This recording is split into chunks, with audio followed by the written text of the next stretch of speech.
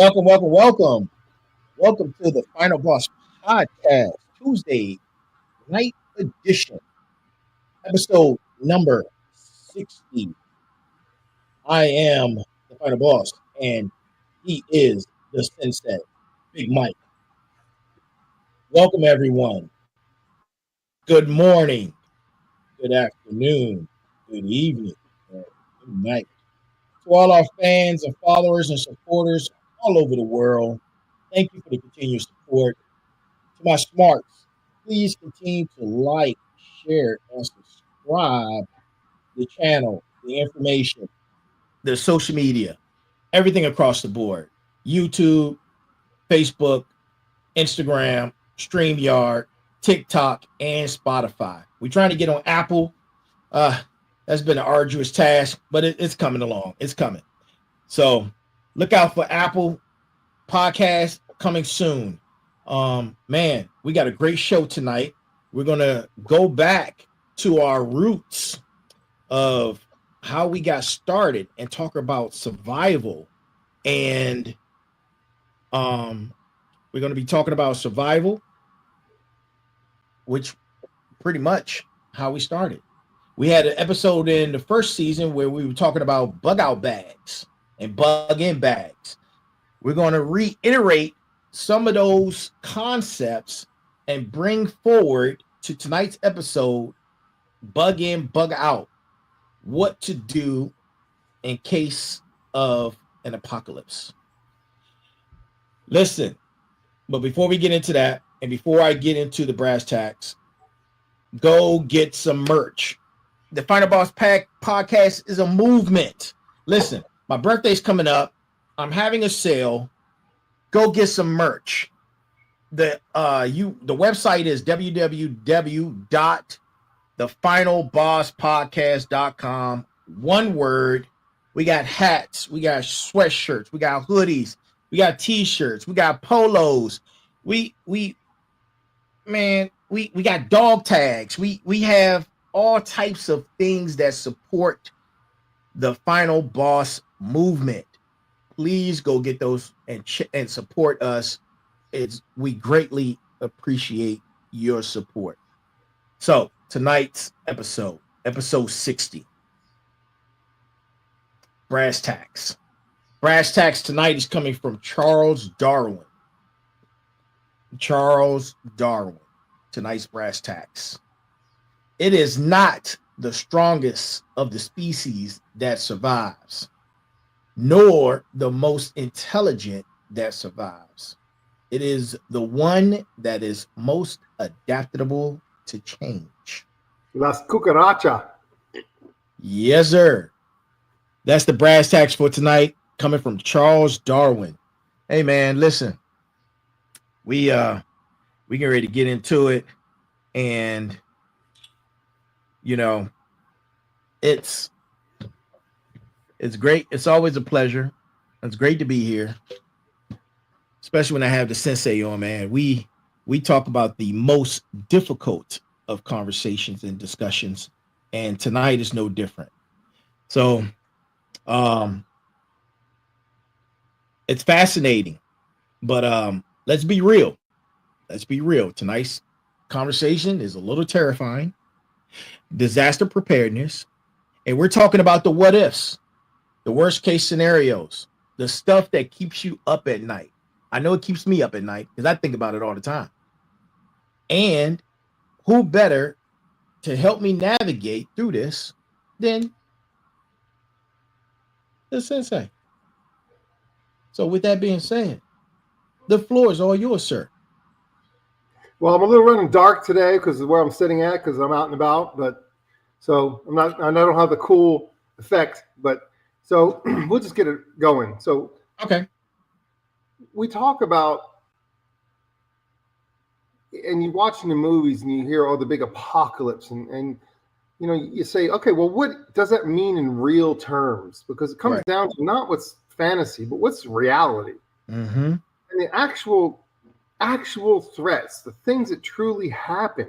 And I'm not talking about the lights go out for 2 hours. I'm talking about days, weeks, months. Now we're talking true disaster. Ask the folks over in North Carolina who had a flood come by and hit them. Right. Ask them about, are you ready for that? Were you ready for that? Were you prepared before it happened to you? Because here's the deal. The bottom line comes to this.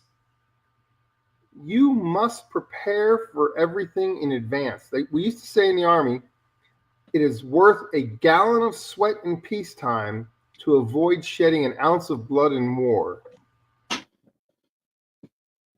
Right. Better to have than not to. Okay? You shed a gallon of sweat in peacetime. Am I cutting off? Sorry. Yeah, yes. It is worth a gallon of sweat in peacetime to shed, right, versus an ounce of blood in war. So be ready, which means no matter what happens, you need to be working all the time at this, because if you don't practice a skill, you don't have the skill. Look, if you shoot weapons, that's great, but if you don't shoot weapons every 30 days, you lose the skill. And when the skill's gone, what does it take to get it back? So we're talking things like the big stuff, natural disasters, hurricanes, floods, tornadoes. A tornado comes through your town and tears your house up. Yo, your sound is going in and out. Oh, let me try something. Okay, I'm gonna make an attempt here. So, all right, give me a moment. All right, no problem. My connection might not be as strong as it should be. Okay, so I'm coming right back to you. Hang on, I'm gonna give it a shot. Let's see.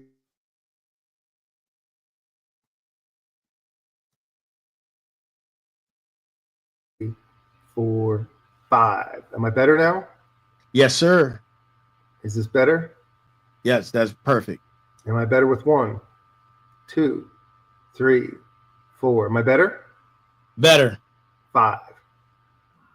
Better. All right. Better. Yep. I had to change my connection. Sorry about that. I'm not in the home front with my gig by gig. Oh, I hear you perfect. I'm not in my home front where I have my gig by gig connection where that I'm smoking it. So, I'm sitting out on the road, and when I'm on the road, things are a little different. Right. So, and that's a perfect example of what happens when you lose connectivity, right? You lose connectivity in today's world, it seems like it's a disaster. So we have to look at what's happening here. Are you prepared for something that happens that's going to last more than a couple days? Right.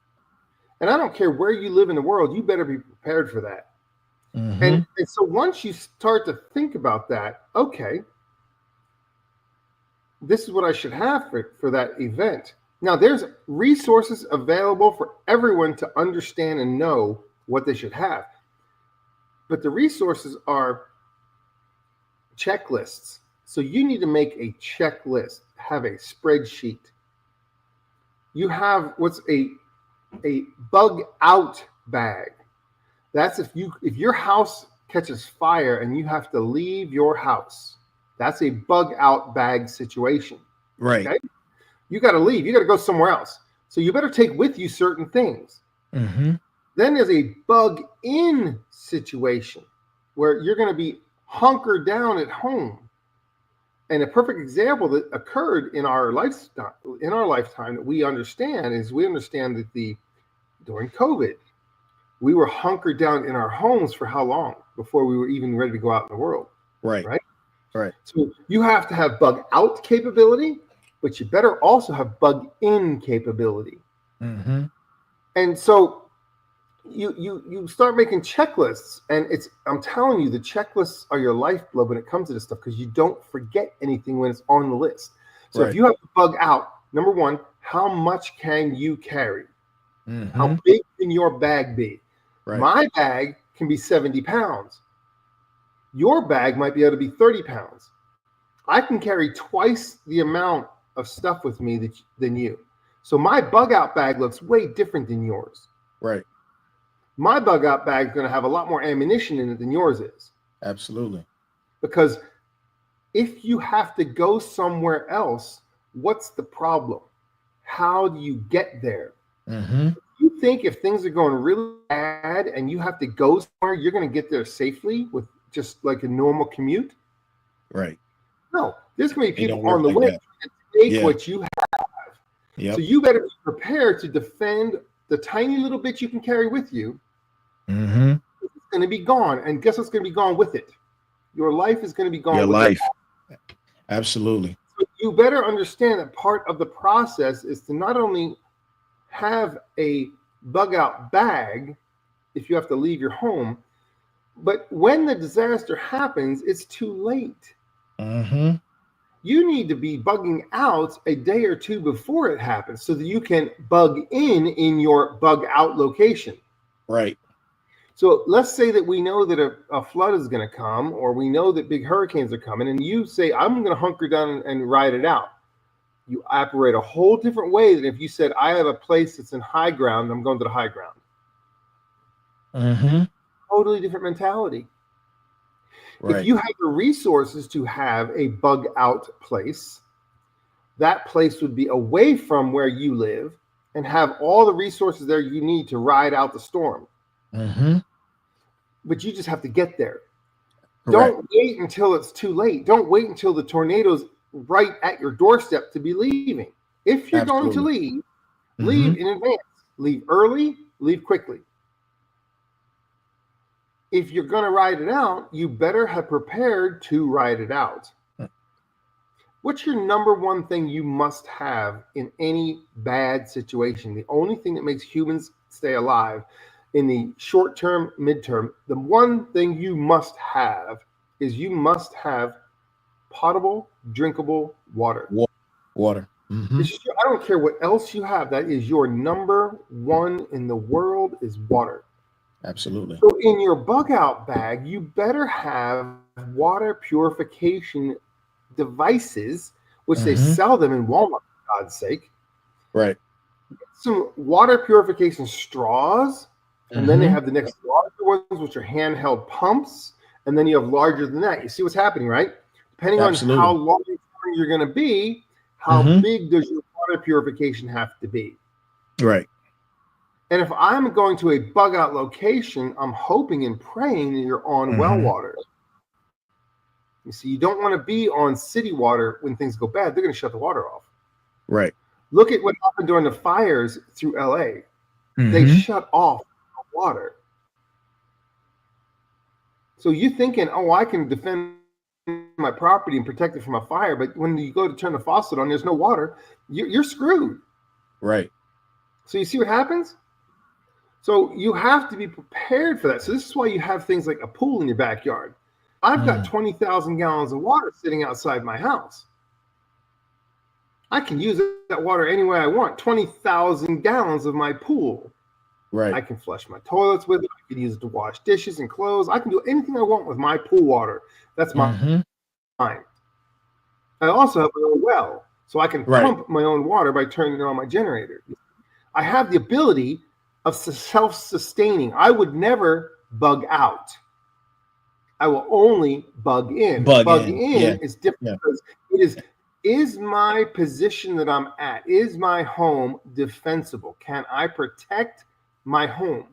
And you say, well, what do you mean? Why do I have to protect my home? We've got law enforcement. We've got police. No, you don't. No, you don't. When things are bad, you're worried about, think about a hurricane. And think about what happened in Louisiana and Florida and all these places that get subject to hurricanes. What happens? There's no power, no clean water. And what's the biggest thing that happens? Looting. So I'm in my home, hunkered down, and people come to try to loot my home and steal what I have. I must be able to defend what I have. Absolutely. This is huge. This is not a small thing. So you must know, I have to know that I have two kinds of bugs, bug in and bug out. If I'm bugging out, I'm going somewhere else. It better have everything I need already there. And my biggest thing is get there. Now, Mike, you just brought up a valid point that I want to touch on real quick. You talked about something in reference to what I like to call the human element. Oh. The human element is the real wild card, right? Along with that, when a situation, a catastrophic situation may arise, such as the power grid going down or a 0-day attack, panic, misinformation, people fighting over the last can of whatever. Let's say The beans. water at Yeah. Walmart. When you go to buy Yeah. water at Walmart, and it's all gone. Right. Question. Toilet paper, for God's sake. Right. Exactly. Question for you. How do we even prepare for the psychological side of a major disaster? All right. The way you prepare for the psychological side is you have to already have in advance had your game plan in play and practice. It's practice. If I practice something 10,000 times, it's muscle memory. Absolutely. So if I know this situation occurs, I'm bugging out. If the next situation occurs, I'm bugging in. So the way you deal with the psychological part of it is you understand that I'm going to, when I bug in, I have key people. I can't bug in alone. Exactly. I can't stay awake 24/7. Correct. So I have to have a team or a pod. It's called a pod. A pod is 5. I have to have a team that when things start to go weird, their job is to get to me. Right. I am the bug in location. This is where somebody else bugs out to. They've got to get to me. If they can get to me, then we together can bug in as a group. So I know as a bug in location, I have to have more resources for more people than just me. Right. I have to have enough to have 10 people in my house for 10 days, 100 days. I got to be ready for all of that. The way that I can do that is I make lists and follow the lists. Okay. If I can't be the bug in place, the next bug in place must have the same resources so that 10 of us can get there and survive for 6 months. So, and you got to think, how long is it going to take? Yeah. Psychological part comes in when you're not ready. Right. If I'm ready and it happens, I'm in my mode. You already have the mental preparedness in place. When we had 9/11 happen, I was at work, working in the corporate world. We were on the 6th floor, and 9/11 happened. I was at work, and I was so calm. And everyone looking around me is going, "Why are you so calm?" And I said, "Because my entire life I've been preparing for this moment." Right. So I know whatever happens, I'm ready. I practice every situation that can happen. So therefore, I'm ready. I've prepared my whole life for this. So I'm like excited, not scared. This is how you deal with the psychological part. Right. Train and prepare for what's going to come, and you're never caught off guard. Train. We teach it in the military. Yeah. All you do is train. Look, I can't do it alone. I have to have a team of people. I can't just be a hermit because you're going to come and take all my shit. Right. I have to adapt and overcome. Right. I need to have other stuff. I got to level up. I got to get better than where I am right now. Right. So you look at what's the pros and cons. Well, before you mention that, I was going to ask you something before you mention that, man. You bringing up a lot of critical points tonight. And listen, smarts, please take notes. This is the episode where you need to be taking notes because you're not prepared. And I know you're not prepared. So you need to take notes and have follow through and accountability on this particular subject matter right here. And it doesn't matter how many times you go back and watch it. This is for you. I'm prepared. SENSEI is prepared. Trust me. And we capable of defending our castles. We're prepared. We want to get you prepared. So with that being said, this particular bug in, bug out strategy has those are the two main strategies. Bug in, bug out. House. What are you gonna do? Just walk outside and just get me? Right. So your opinion, what are the pros and cons of each? Okay.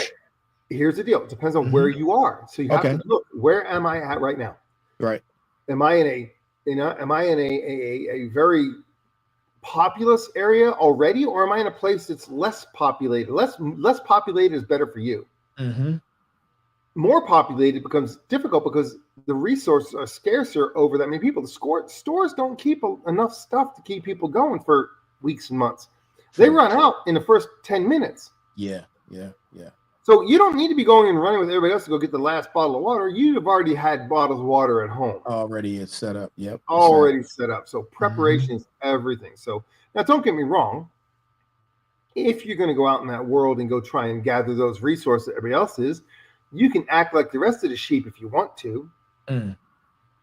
But then you look like a sheep, which sometimes that has its own benefits. But now we're getting into subtleties that don't really matter in this conversation. The pros of bugging out. I already have a location. Somebody else has already done the bug in. Don't bug out to an empty cabin in the mountains. That's what everybody sees in the movies. Don't do that. That's stupid. Because 100 other people are going to go to that same cabin and take it before you even get there. Bug out to a location that someone else has already created as a bug in, and they know you're coming. You become now part of their pod. They're expecting you. You show up, you get fed and watered, and you now go on guard duty. It's business time. But this is what happens. When you bug out, you better have escape routes. You better have different routes. How am I going to get there? Am I walking, driving, bicycle? What am I doing? How am I going to get where I go? What can I carry? I can carry a lot in my car that I can't carry when I was on my back. So you have to think, do I have a long-term bug out location I try to get to, and I have a short-term 1 or 2 hops to get there? Now we're talking some planning and strategy. Absolutely. But you're better off being, if you live on the lowlands, which is close to the water, and I'm not talking just about the apocalypse, I'm talking about natural disasters, okay? Yeah. So it's not just the apocalypse horror movies. It is the natural disasters. I've got floods that are coming. We had rain that hit us for 12 inches of water in one day. Oh my God, the flooding that creates. How do you get from place to place? Not that everybody else is trying to do the same thing. You should have left 2 days ago. Correct. Don't wait to the last minute. If you wait to the last minute, just bug in and call it good. Absolutely. Take your chances. Absolutely.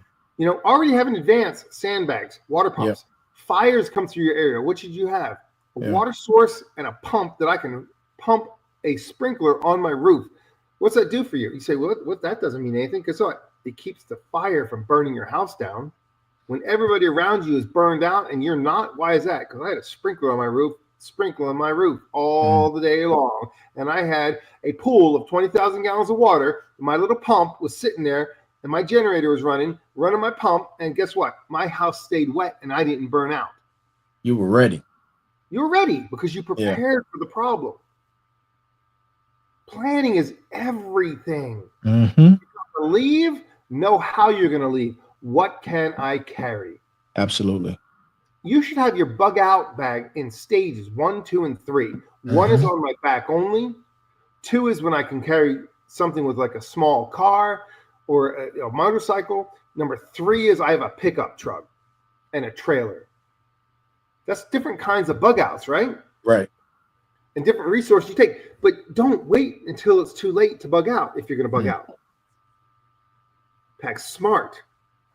Speed, efficiency. How fast can I go? Absolutely. And there's plenty of resources out there to find out what do you put in a bug out bag. I need food. Okay, everybody needs food. What's your number 1, no matter what? Right. Water. But what's actually, believe it or not, what becomes number 2 really fast if you're bugging out? Fuel. How far can I get? How far do I have to go? Right. I don't want to bug out to a 300-mile trip. That takes more fuel than I can carry on me. Absolutely. And you think you're going to make 300 miles without being stopped and somebody shooting you and taking your shit? Yeah. Think about that. You have that point. Yep. Right? So it's pretty intense when it comes to bugging out. You're actually, in majority of people, you're actually better off bugging in. Right. I agree. This is where it comes down to community. You need to know your neighbors. Right. Because do you want your neighbor to say, I don't like you and I'm just going to kill you and take your shit?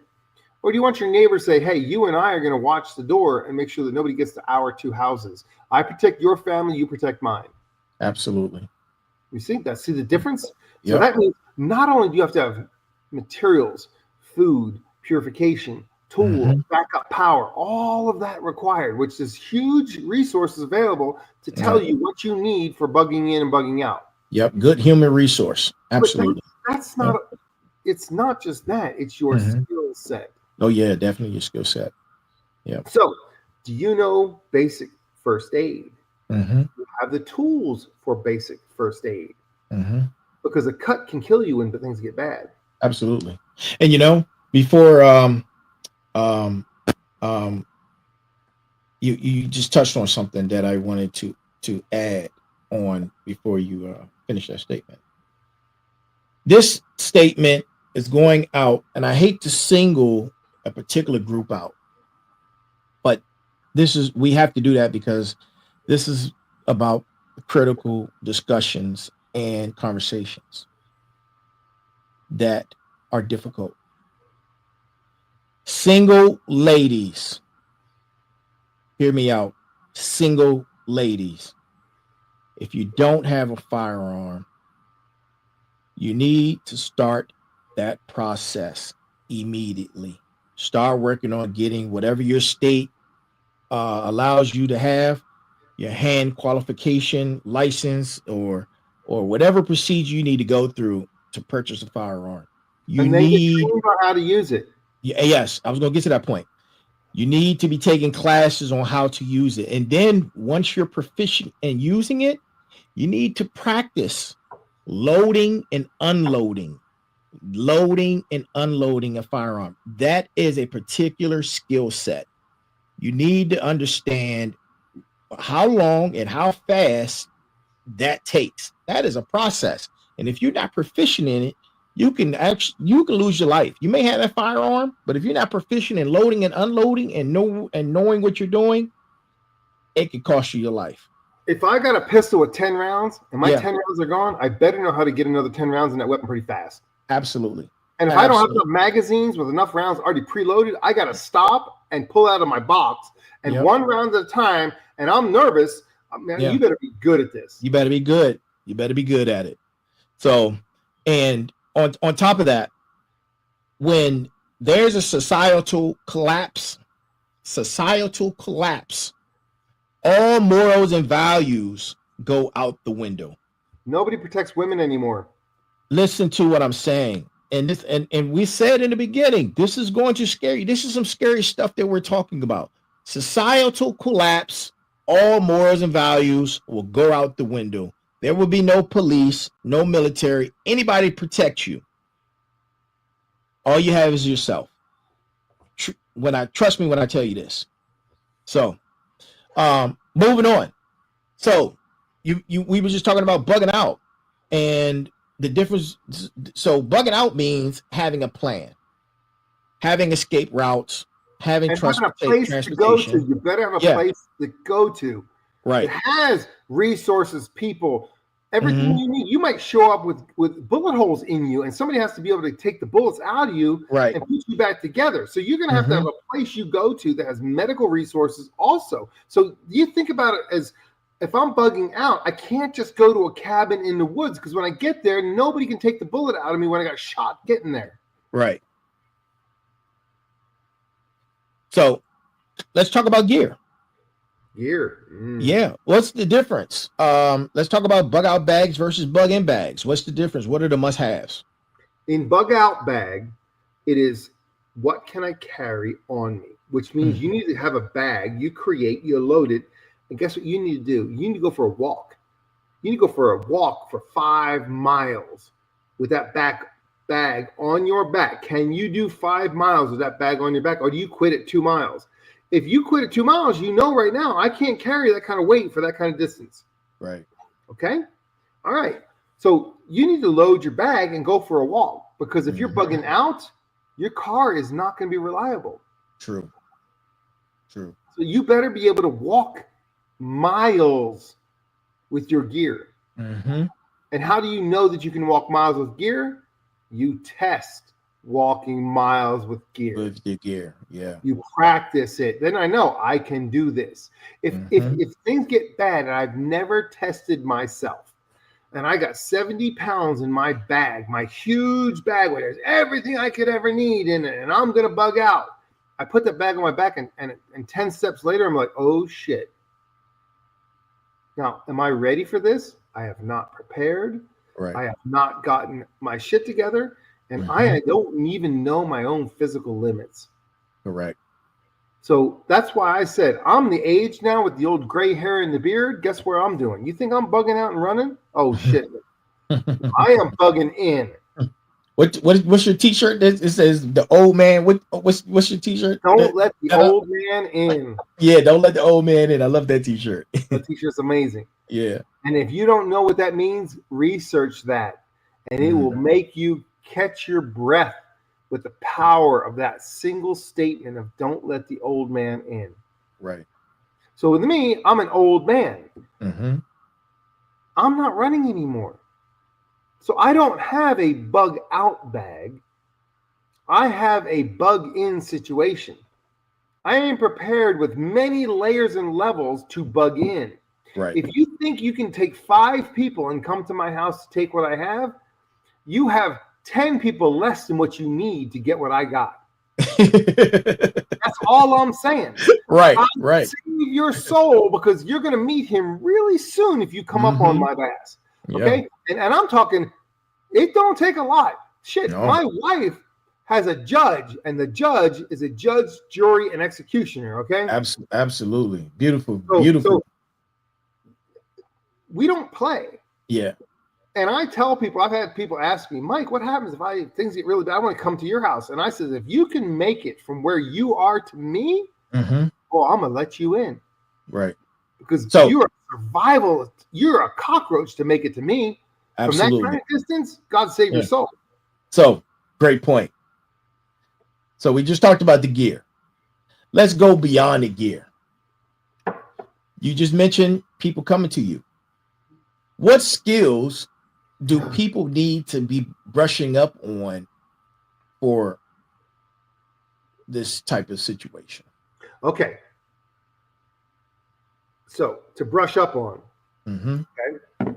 Number 1, you better have your tactical skills at least proficient enough that you're not a liability. Correct. So you need to understand, I don't care if you know my weapons, but you better know yours. And if you show up at my house with no weapons, I'm going to look at you and be like, what's your problem? Do you not know how to defend yourself?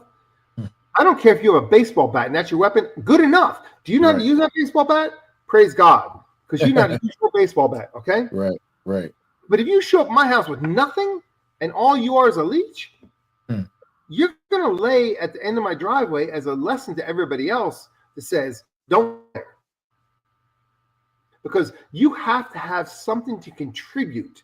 If you can contribute medical knowledge, right, food processing and water purification knowledge, building knowledge, how do I build a defensible position? Do I know how to use tools? Do I mechanical knowledge? You have to have something that contributes. If you don't contribute to the cause, you are a drain. And no one is going to let you into their pod in their bug out or their bug in location if you can't bring something to the table. And you might come there with a shirt on your back. But if you got skills, you're allowed in. You're allowed in because you have skills. Shit, you can come to my house, and if you're a drone operator, hallelujah, I'm letting you in. Drone operator right here. I'm letting drone operator. Why is that? Because a drone operator is my defensive perimeter expanded. Absolutely. See, I'm looking for skill sets. People that can bring something to the table. If you can't bring anything to the table, you have no value. If you have no value, you are a drain. I'm not going to protect you when things get bad. Absolutely. And you can say that, well, I'm your family. I'm saying, no, you're my relative. My family is who I choose in my heart and my soul. Mm-hmm. There's a big difference between family and relatives, okay? Relatives, Absolutely. we may even have the same DNA, but guess what? Mm. You're not my family. You can choose your family. You cannot choose your relatives. Remember that. And when you choose your family, those are the people you will die for and you will kill for. You know what? I am not all that. I want to die. I'll die for you. No, no, no, no, no, no, no. No, no. I'm not going to die for you. I'm going to bury bodies for you. Mm-hmm. See, this deep in the mentality, Absolutely. I'm a warrior. I'm not going Mm-hmm. to die for what? Nothing. But Right. I will kill for you. That's my family. Now, in knowing that mentality, when you want to bug out, you better have a place that you can bug into that will accept you. Don't Right. show up on the doorstep saying, I don't know how to do anything, but I'm going Mm-hmm. to eat all your food. Right. You think someone's going to let you in just because they like you? Oh no. No. Because what Hell no. occurs is when things get bad, the Mm-hmm. entire perspective of the mentality changes. We Absolutely. get, instead of being in the hierarchy of thinking, instead of being up here, we become very close to down here. Mm-hmm. Survival is number one. Can you contribute to my survival? If you can, you're allowed in. If you cannot, you're not allowed in. Speaking of contributing, let's pivot. But Pivoting. we have something to do.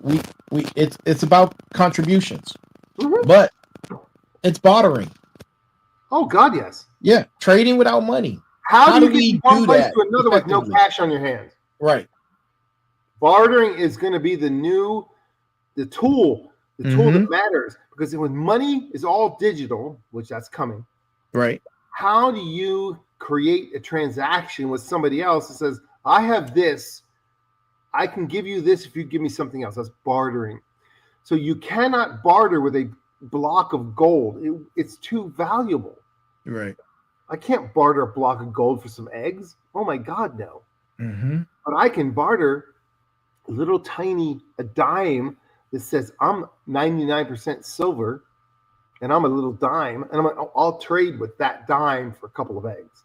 Right. But I can't take a bar of gold and trade. So you have to something of value.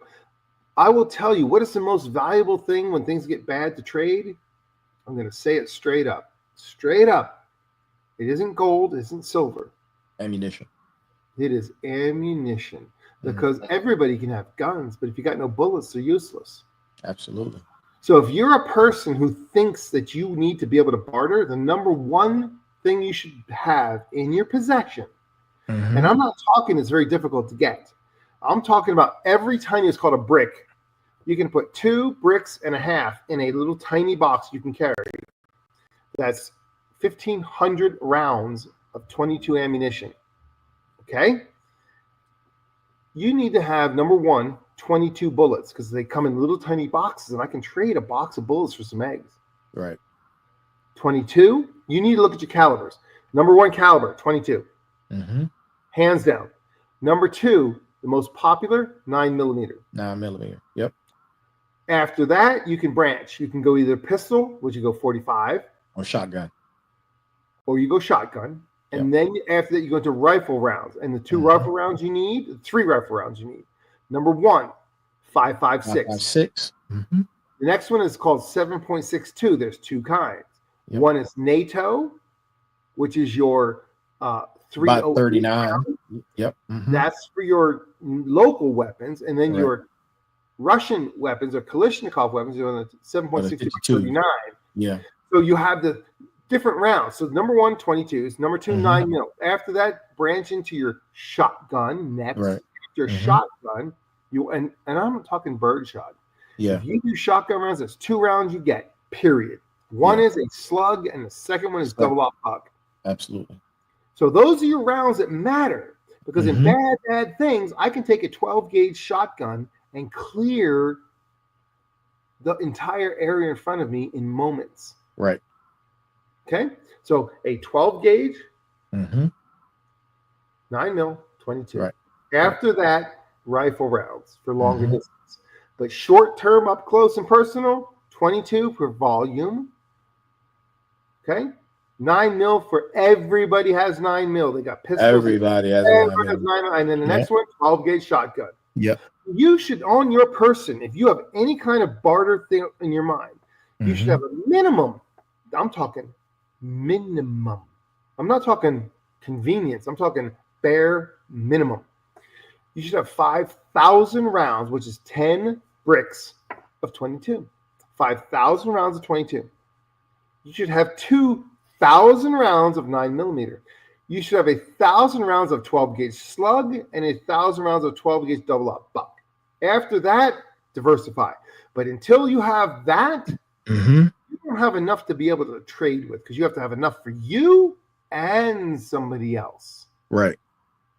I want eggs. You know what? Let's talk about eggs for a second. Okay. You realize you can store eggs for a year and a half? 1.5 years.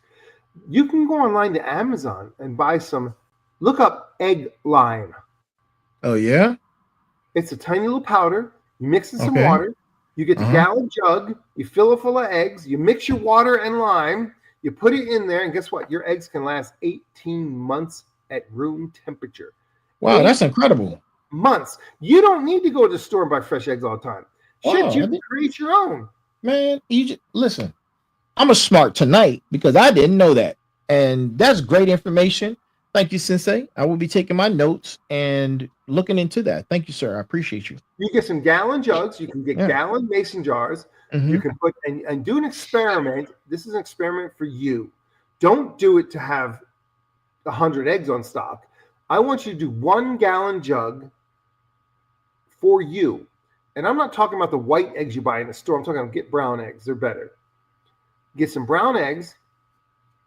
Get your mixture. Look it up. Google how to eggs, water, storage, lime. And you mix it up with a percentage. You put the eggs in, and you pour the water over it, seal it. I want you to let it sit for 6 months or more, and then open it up and start using the eggs. Wow. Oh, and you only have to use the eggs as they come out of the water. If they're underwater, they're still good. Okay. Now, don't get me wrong. When I go to cook an egg right now at the store, I crack the egg, and the yolk is all in one piece, and then there's the rest of the egg. Okay. Once you store them for long term, it breaks down into an actual just white and yellow comes together. But if I'm making scrambled eggs, do I give a shit? It doesn't matter. If I'm cooking with eggs, do I care? Right. And the beauty of that is 18 months of egg storage. And guess what? If you don't like that, you go to Walmart and you can buy a bag of dehydrated eggs. You add water to it and you have eggs. Great information, Mike. Great information. Just like that. Yeah. Because guess what you need to cook? You need to you should have in your in your house 100 pounds of sugar, 100 pounds of flour, you should have 20 pounds of eggs. You should have dehydrated butter. You follow where I'm going with this, right? Absolutely. You should have rice, 100 pounds of rice. If you can and I buy the little storage containers that they use for pet food, with lids on them. I put my stuff in them, and you use it on a regular basis, but you still store it. What happens? I have hundreds of pounds of food that I can create meals out of with no effort. I don't have to go to the store. And it takes no storage space at all. You can put it in a little pantry. Absolutely. That's super awesome, man. Super awesome. So if you can do that, you have stuff you can trade with. If I can create at my house loaves of bread, you don't think I could trade those to other people who don't have anything to eat? Absolutely. Absolutely. You see? Yep. So go ahead. No, go ahead. No, did you finish your point? I have a person in my pod who can make food out of anything. Yes, you do. My queen, anything out of nothing. So guess what that is? A valuable resource. Absolutely. She can feed hundreds of people with nothing. Right. That skill set is so critical. All the skill sets. Let me deal with all the defense, the water gathering, the food gathering, the main big stuff. If you can feed many people up with nothing, your value is here. You are hugely valuable because you can then keep the pod alive. And drone operator, and I can shoot the wings off a fly. But let's go on. I'll tell you what, God bless drone operators. That's all I have to say. And if you don't know what that means, you need to go look that up. Absolutely. Absolutely. So we just talked God about bless defense. the drone operator. We talked about defense. We talked about bothering. Let's talk about situation awareness, de-escalation, and some basic self-defense basic moves that are essential. Okay, I'm going to tell you something real simple when it comes to de-escalation. Okay. Bad guy comes up on me. I don't care what kind of bad guy it is. It doesn't matter. Someone comes upon me and they get like aggressive. So they come in here. Now, most people think you come in calmly to try to get, no, the moment you do this, they follow you up the hill. Oh, yeah. If they come in here, you don't come in here. Guess where you should come in at? When they escalate to here, guess where you are? Right. And guess what they're going to do? They're going to back off. Yeah. So when escalation occurs and somebody comes at you, you don't need to come at them calm and quiet. You need to come in there like, holy shit, this SOB is crazier than I could ever imagine to be. And God save my soul if I cross them. Right. Because I'm knucking futs, is all I got to say about that. You cross that line, I'm going to come at you in ways you could never imagine. God save your soul. And if you think I'm not going to step on you and take you out before you have a chance to even look at me sideways, you're mistaken. So I'm not coming in here. Dude, I'm coming in so far above, you're not even going to think about escalation. You're going to be like, oh, I got to go. Right. That's how you de-escalate. Do not come into a situation thinking everything's going to be good. I can calmly talk my way out. No. You talked your way out 10 minutes before it happened. That's that situational awareness. You cannot train enough for situational awareness. Right. And it is a skill that is so difficult and so hard to achieve. It is probably one of the hardest skills to get and one of the easiest skills to lose is situational awareness. Yeah. And I'm not saying, you're paranoid. You might call me paranoid, but guess what? I'm aware of everything. When I walk into any place, I walk into a restaurant, I know where the X's are. 5 seconds that I know every exit. And I evaluate every person in the building to know what's it take for me to take them out. Yep. How do I take them, not just me, but the people with me out of there safely? Right. Every time I go in any public place that I'm already hyper aware of that. And you can say, well, you're just paranoid. You've got problems in your head. No, I would rather be a warrior in a garden than a gardener in a war. Right. Think about that. I'm in control of me. Absolutely. If I'm a gardener and I go to a war, I'm done. But if I'm a warrior in a garden and the war comes, I'm ready for the war. Absolutely. So you must train. It has to be second nature. You cannot think when something happens. It has to be muscle memory. Absolutely. So you just mentioned a gardener. So a gardener, and then I'm associate that with community. So let's talk about community and preparedness. Community and planning are huge. How do we build resilient communities and prepare for the unexpected? But also learn who your neighbors are, man. Yeah, but we need strong relationships. We need those strong relationships and mutual aid agreements. Absolutely. I better know who my neighbors are. And I need to know your strengths and weaknesses. Absolutely. Because you might be a gardener, but I'm the warrior. I can protect you, gardener, and you feed me. Everybody has a place in the world. You just have to know what your place is and find people to align with who can offset your weaknesses with their strengths, and then vice versa. Your strengths are their weakness. Absolutely. If you can find that, look, it takes only a pot of 5 people to take on an army. That's it. Yeah. Well trained. You got 5 badass mofos, and you got the world by the nuts. Yep. But if you got 5 people that don't know anything and they are not joined together and they don't have a single mission, together, abilities. Yeah, they're going to be dead in 10 seconds. Yep. I can't stress this enough, Mike. and you've been mentioning it throughout tonight's episode. Practice, practice, practice. How do we make preparedness a part of our daily, already crazy everyday lives?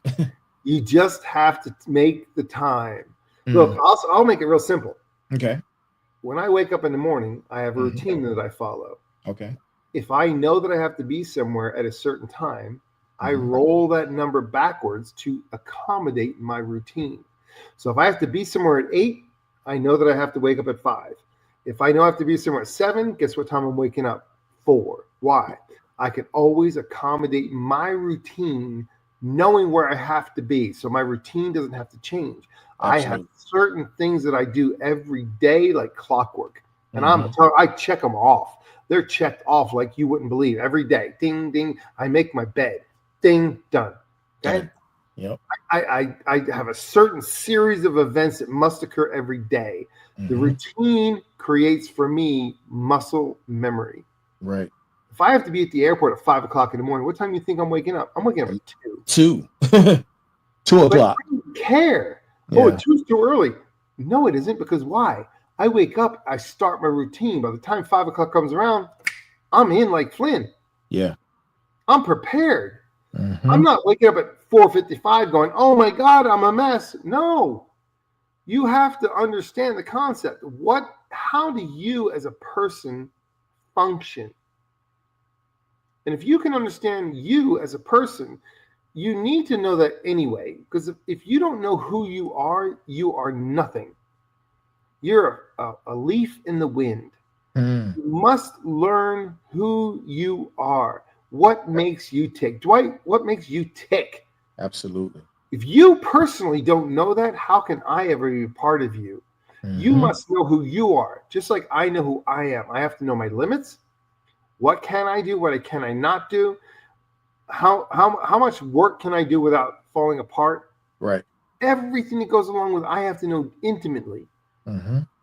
Once you know who you are as a person, you can then begin to contribute to something that's bigger than you. But Absolutely. You cannot do it if you do not know who you are. And you say, where do I start in this mess? Number 1, center.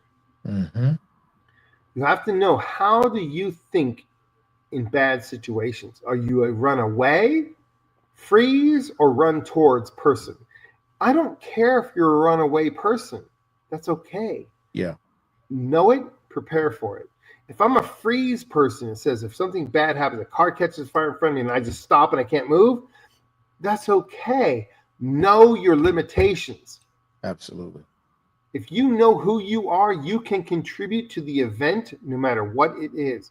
But you must train. I cannot say enough.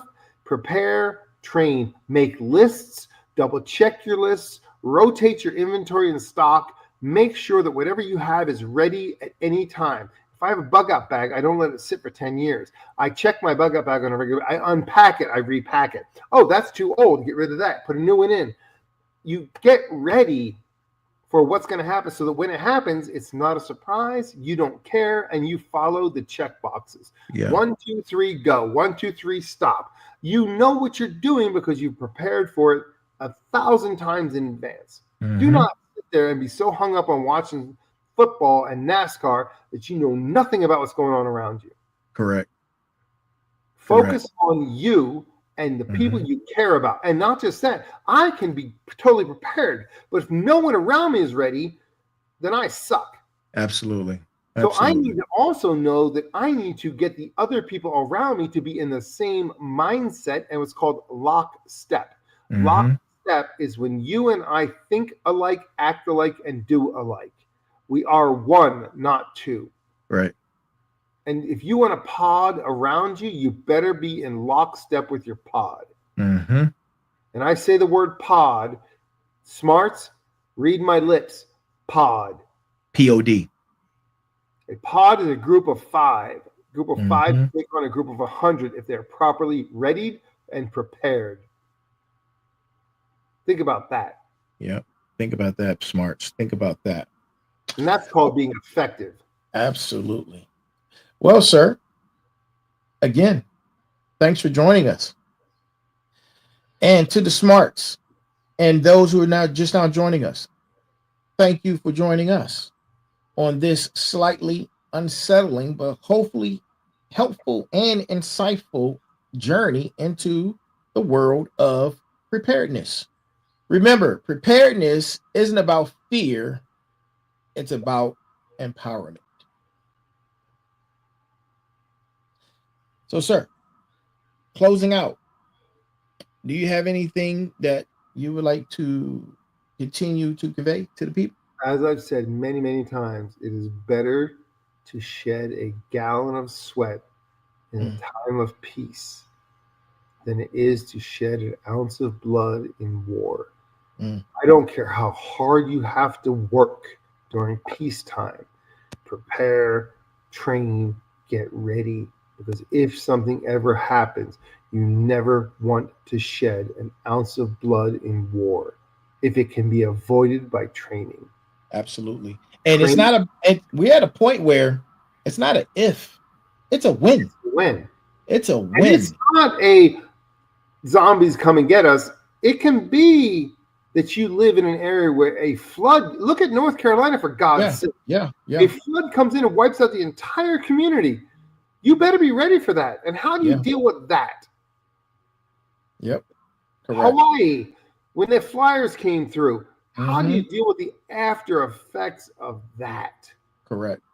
And it doesn't. All types of natural disasters. Tornadoes through Kentucky. Come on. 20 people dead. Let's get real.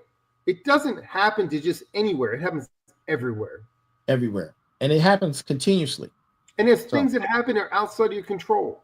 Absolutely. So all you can control is how do you respond to what's going to happen when it happens. That's it. That's it. So before we go, do you have any resources or references that you'd like to drop on the people to assist them in their preparedness? Shit, for God's sake, the CDC has a zombie apocalypse quote. Follow the goddamn CDC. If you don't do nothing else, go to the damn CDC. Everybody has it. It's out there. It's free knowledge. It is free knowledge. Prepare for a zombie apocalypse, and guess what? You're good for anything. Absolutely.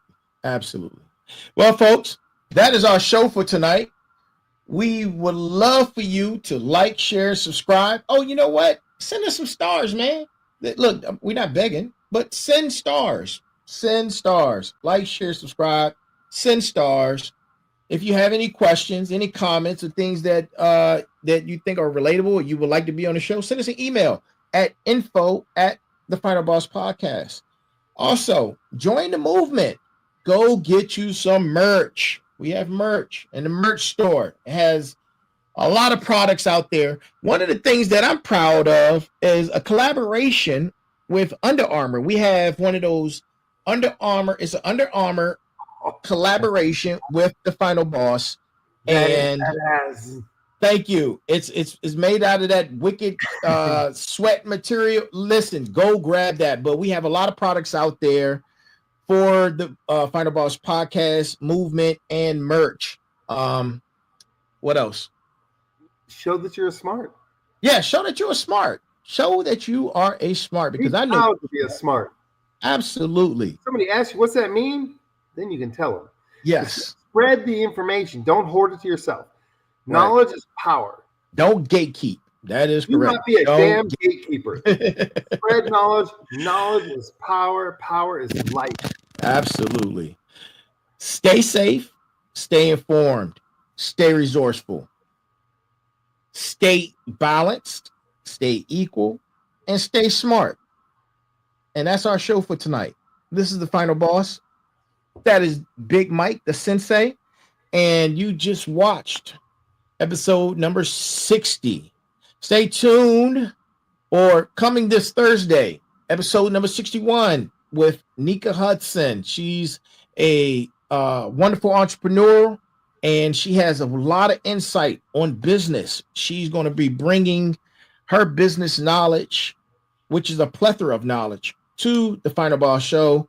And for my entrepreneurs out there, that is one that you do not want to miss. Very inspiring young lady. She will be here this Thursday, 9 p.m.